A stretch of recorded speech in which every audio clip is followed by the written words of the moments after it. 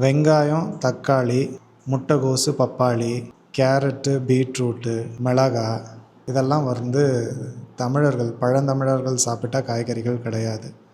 போர்ச்சுகீசியர்கள், டச்சுக்காரங்க, Britishers இவங்கெல்லாம் வெளிநாட்டிலேருந்து கொண்டு வந்து இன்ட்ரடியூஸ் பண்ண வெஜிடபிள்ஸு.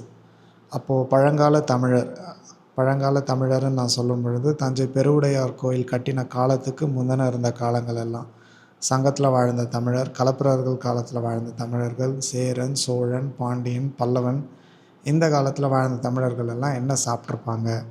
உருளைக்கிழங்கு கூட நம்ம ஊர்து கிடையாது, இஞ்சி நம்ம ஊர்து கிடையாது, பூண்டு நம்ம ஊர்து கிடையாது. ஸோ உருளைக்கிழங்குக்கு பதில் என்ன சாப்பிட்ருப்பாங்க அப்படின்னா, சக்கரவள்ளி கிழங்கு, மரவள்ளி கிழங்கு, ஆள்வள்ளி கிழங்கு, இந்த பனங்கிழங்கு சொல்கிறாங்க இல்லையா, குச்சிக்கிழங்கு, இந்த மாதிரி கிழங்கு வகைகள்லாம் சாப்பிட்டுட்டு இருந்தாங்க. அதே மாதிரி நெல்லுச்சோறு, அரிசி, மில்லட்ஸ், குதிரைவாலி, சாமை, கேழ்வரகு, சோளம், கம்பு இந்த மாதிரி மில்லட்ஸ் எல்லாம் சாப்பிட்டுட்டு இருந்தாங்க.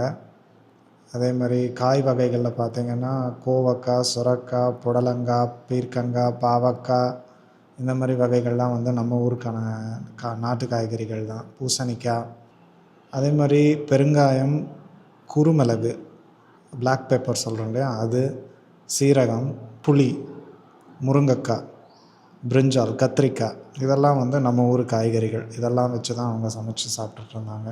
பழங்கள் பார்த்திங்கன்னா முக்கனிகள், மாப்பழா, வாழை, இந்த ப்ரொக்கோலி, மஷ்ரூம், கேப்சிகம் இதெல்லாம் எப்படி நம்ம ஜென்ரேஷனில் நம்ம புதுசாக இன்ட்ரடியூஸ் ஆகி யூஸ் பண்ணிகிட்ருக்கோமோ அந்த மாதிரி தான் இதுக்கு முந்தின ஜென்ரேஷன் யூஸ் பண்ணது இந்த கேரட், பீட்ரூட் எல்லாம். இப்போ பழங்கால தமிழர்களுடைய உணவு முறை அப்படின்றது இதுதான். இன்னொரு ஃபேக்டரோட இன்னொரு வீடியோவில் சந்திக்கிறேன். பாய்.